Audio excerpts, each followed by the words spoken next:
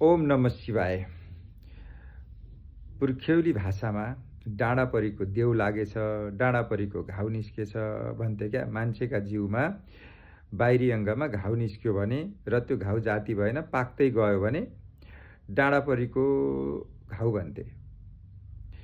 अनि त्यो डाँडापरीको घाउ जाति भएन, धेरै दिन भयो भने पहिला पहिला धामी झाँक्रीहरूले त्यो घाउको उपचार कसरी गर्थे भने नि, त्यो घाउको सतहको वरिपरि गोबरको लुडा बनाएर वरिपरि सेलरोटी जस्तै बनाएर राख्थे। अनि त्यहाँदेखि त्यो मान्छेलाई 3-4 जनाले थिच्थे नहल्लिनको लागि। अनि डाडुमा खटखटी तोरीको तेल तताउँथे। तोरीको तेल तताएर त्यो घाउमा सट्ट लगाइदिन्थे झैँ हुने गरी। अनि ती घाउ निस्केका मान्छेको एक प्राण पर्थ्यो, हुरुक्कै भएर बौरिन्थे। अनि फेरि त्यही डाँडापरीको देउ फुक्ने मन्त्रले फुक्दै फुक्दै फुक्दै शीतल गराउँथे। यसरी त्यसको उपचार गर्थे पहिला। अब अहिले त त्यसको प्रविधि आयो। डाक्टर साहबहरू हुनुहुन्छ, एलोपेथिक दबाई छ, हेमोपेथिक छ, आयुर्वेदिक छ, जराबुटा पनि छ। अहिले धेरै प्रविधिहरू छ। तर त्यतिखेर जति ज्ञान धामीहरूले आफैले आर्जेको थियो त्यही आर्जेको ज्ञान अनुसार, परम्परा अनुसार उपचार गर्थे। तर क्यान्सरको नाम त्यतिखेर थियो डाँडापरीको घाउ, डाँडापरीको देउ लागेछ भनेर।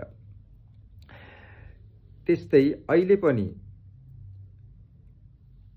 हामी कोही त्यस्तो पीडित छौँ, घाउ निक्लेको छ, जाति हुँदैन, डाक्टरको दबाई खाइरहेको छौँ, जाति हुँदैन, आयुर्वेदिक खाइरहेको छौँ, जाति हुँदैन, जडीबुटी खाइरहेको छौँ, जाति हुँदैन, हेमोपेथिक खाइरहेको छौँ, जाति हुँदैन भने बा डाँडापरीको देउ लागेको हो कि नजिकैको अलि वृद्ध, अलि त्यो डाँडापरीको बक्साउन जान्ने वयोवृद्ध धामी गुरुहरूकामा गएर, ठुलो खर्च आखिरी लाग्ने होइन, धामी झाँक्रीकोमा त्यस्तो ठुलो खर्च लाग्दैन, यसो झारफुक गर्न लाउनु भयो भने काहीँ त्यो डाँडापरीको देउ लागेर दबाई लाग्न नदिएको हो कि, औषधि पानी नलागेको हो कि,